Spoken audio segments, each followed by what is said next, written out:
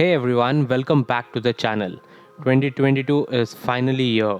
What is a better way to start the year with an addition to the What's Inside video playlist? If you haven't checked out all the videos in this video playlist, the link to it is at the top right corner of your screen. A few of the keys from my keyboard have stopped working. In this video, I will be trying to solve that problem. So let's get started. To identify the non-working keys, you can either use a text document or you can get fancy and Google for a keyboard testing website. Sit back and enjoy the music while I hit each and every key on my keyboard to find the problematic ones.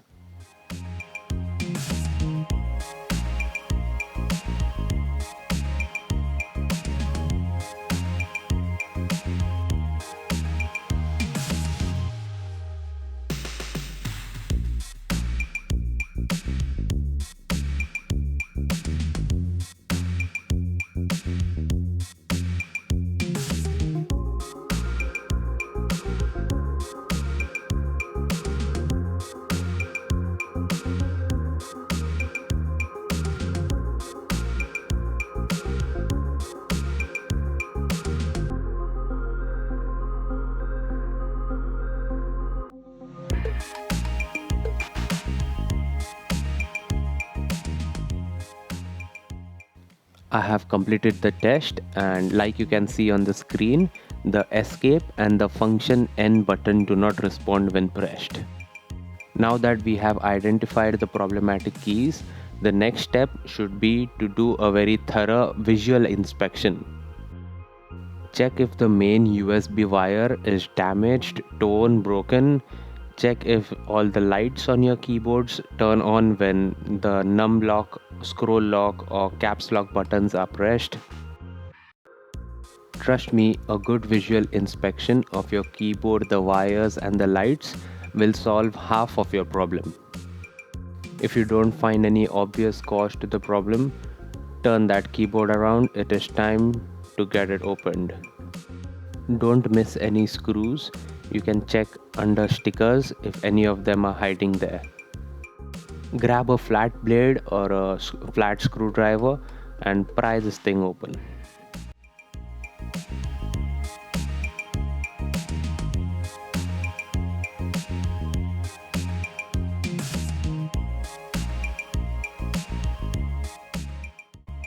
The old type of mechanical keyboards like this one is a pretty simple machine.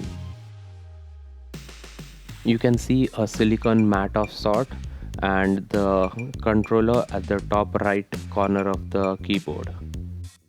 This silicon mat can be taken out and washed if you'd like. Just make sure it is dried before you put it back in.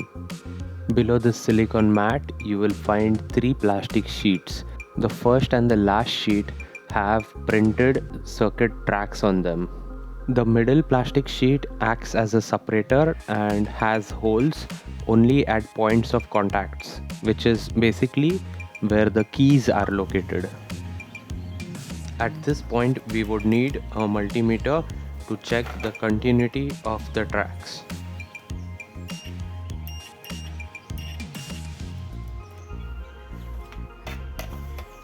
Did you love solving maze puzzles when you were younger? Well, today is the day you shine.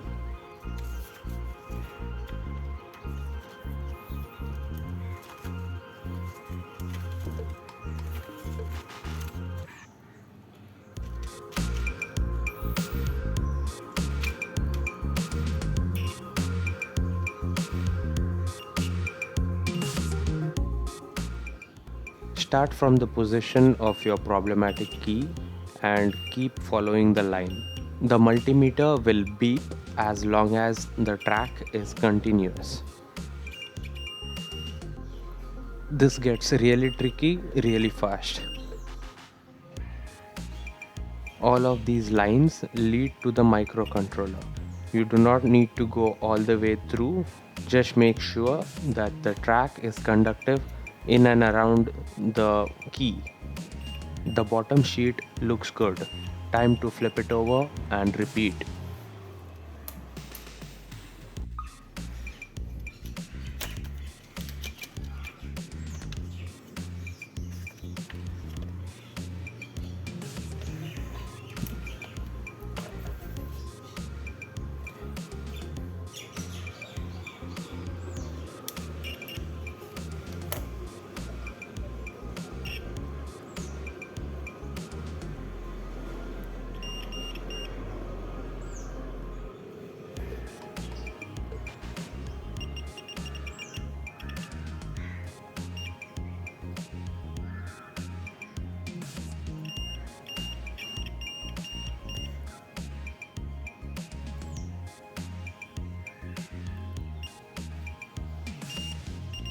Once you have identified the general location where there seems to be a discontinuous track, if the break is really minor, you can fix it by rubbing a little bit of graphite or your pencil over it. Graphite is a conductive material and will complete the circuit. Once you're done, test it out with your multimeter. If it works, great. If it doesn't, you need to inspect further. I have used a macro lens for a more detailed video. Can you spot the broken track?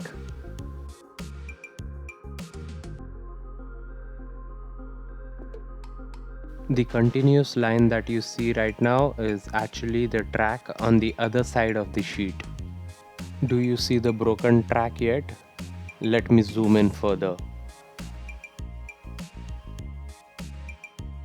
The easiest way to solve this is by using a small piece of aluminium foil and securing it to the place where the track is missing using adhesive tape. I have left the middle part of the foil open so that there is no obstruction when the two sheets connect.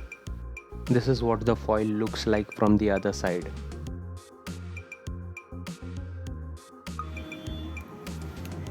Time to check connectivity now.